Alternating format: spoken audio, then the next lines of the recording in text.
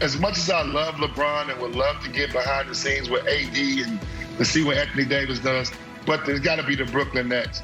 With those three personalities, I think it'll be an unbelievable hard knocks because we don't really know Kevin Durant. You know, we know he's a little, we see some of his outbursts and the things that he does. James Harden, we don't really get to see him, in his off the court and how he handles up. And then no telling what Kyrie Irving's going to do every day. So we definitely would love to see that. So I like the Nets over the Lakers if we had to go to a hard knocks. Okay, I like the Lakers, but here's the secret sauce of Hard Knocks. If you go and think about your favorite Hard Knocks moments, they rarely involve the big stars of the team. They often involve the fringe players who are getting cut.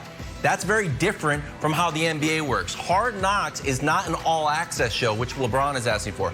Hard Knocks is actually Survivor. At its best, Hard Knocks is Survivor, where you have a lot of drama going on, who survives, and then you have like the final council or whatever they call it, and someone gets cut and they have to pack up their stuff and leave. That's the secret sauce of that. And without that dynamic in the NBA, the show is just an all-access. So that's why Hard Knocks will always be here, and all-access shows will always be there.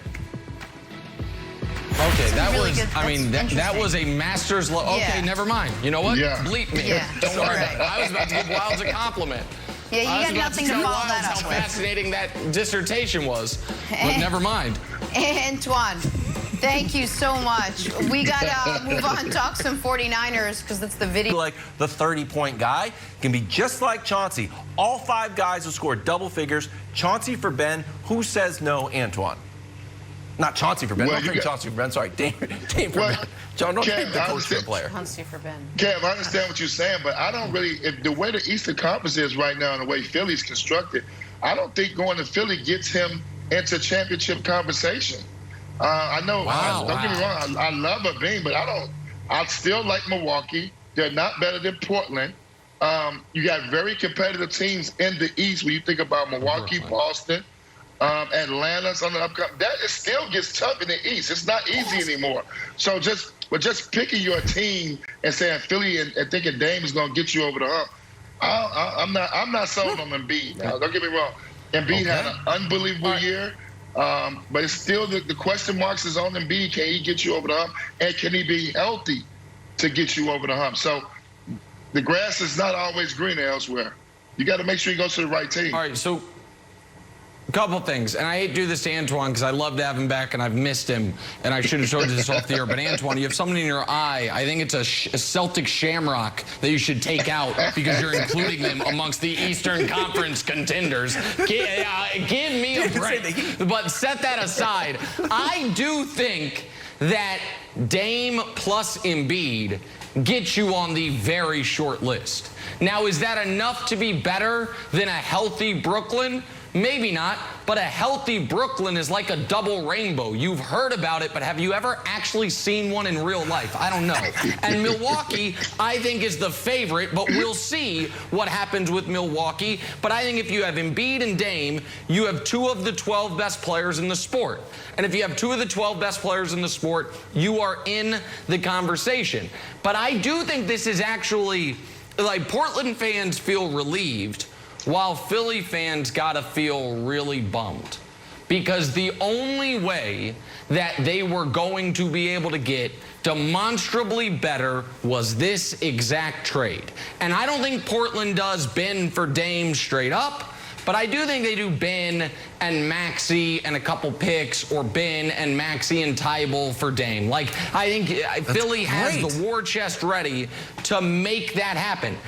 But and I think it would be good for Portland Wilds, but they're not doing it unless Dame tells them to do it.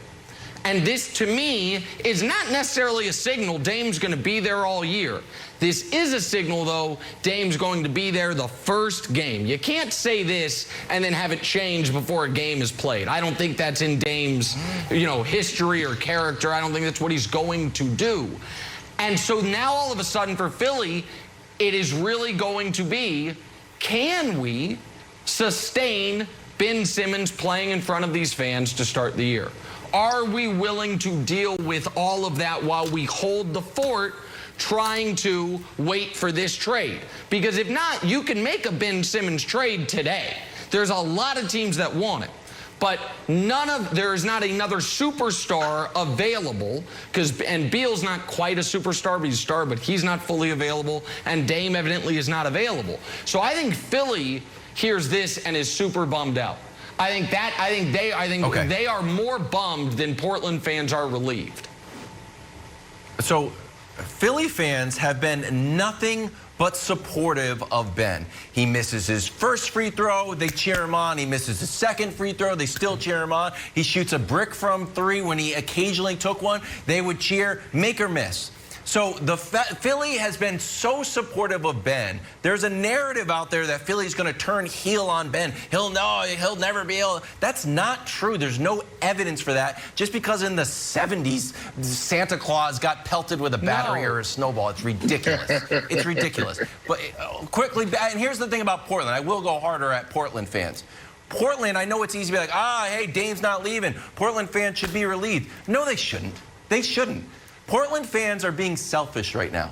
If you really love Dame Lillard, and Dame Lillard has showed you so much loyalty, you know what you should say? Hey, Dame Lillard, we haven't done right by you. You should go. We love you. We'll retire your number while you're still playing. When Philadelphia comes over, we'll retire your number early. We'll build a statue out there for you. You can pose in front of it. But they know they can't win. Why are they relieved? So they have another playoff early exit? They should root for Dame, have him go, tear the franchise down, do a little miniature teardown, bring Ben in. You got him for a long time. Let Chauncey build a real team. And if you get Tybal, holy cow, that's like mini Pistons. Chauncey's ready to go. Portland should let Dame leave. It's sad but true. God, you're fired up. Listen, like I said before, both parties, Kev, you're right. Both parties should, come to a mutual agreement. If Dame really wants out, you want to make sure, obviously, you put him in a position to win a championship. But also, Portland don't want to give their franchise player up and not get something in return to obviously keep their franchise going. Well, I do like Ben. I don't think Ben and Embiid is a good match for each other. A guy that doesn't want to shoot the ball from the point guard, point forward, however you want to say it, position, does not work well with Embiid. So if that's a situation that Dame wants to go to, you make it happen. But I think this is a situation that you talk to Dame, and kind of like the James Harden thing, where James Harden picked he wanted to be in Brooklyn. I think you give him that much credit. If he feels like it's a certain team or a super team out there where he can just join and have a legitimate championship situation, why not give him that chance? I think Dame has been fair to the organization. I think the organization has been great to him. And this is one of these rare situations in basketball. Kind of reminds me of Kevin Garnett's situation, where he was fair to Minnesota. He did all he could do for Minnesota to try to help them win and get them the hump. And Minnesota rewarded him with a situation to play with Ray Allen and Paul Pierce. So I think this is the same thing that you can do for Dame. Like I said, obviously Chauncey's my guy. Yeah. I'm going to be rooting for Chauncey this year. I want him to have an opportunity. But probably on paper, they're not a championship game, but they are a team that can be a very 5-6 seed in the Western Conference and be competitive. Yeah, what they always are.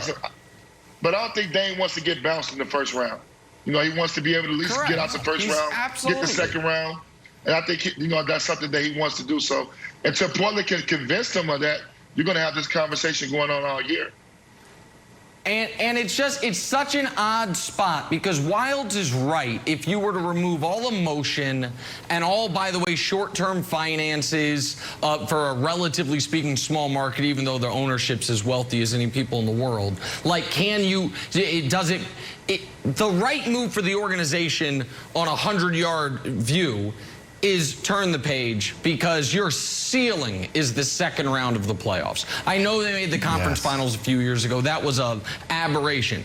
But when you're a one-sport city up in the Pacific Northwest, it is so, and you've got one of the 12 best players in the sport, who not only is one of the best players in the sport, one of the most fun players to watch because of how he plays, and a guy who causes no problems, goes about his business. If he's saying, I'm not leaving, you're not going to be like, Dame, you should leave. You're just going to say thank you so much and put your arms around him, even if it's short-sighted, Jenna.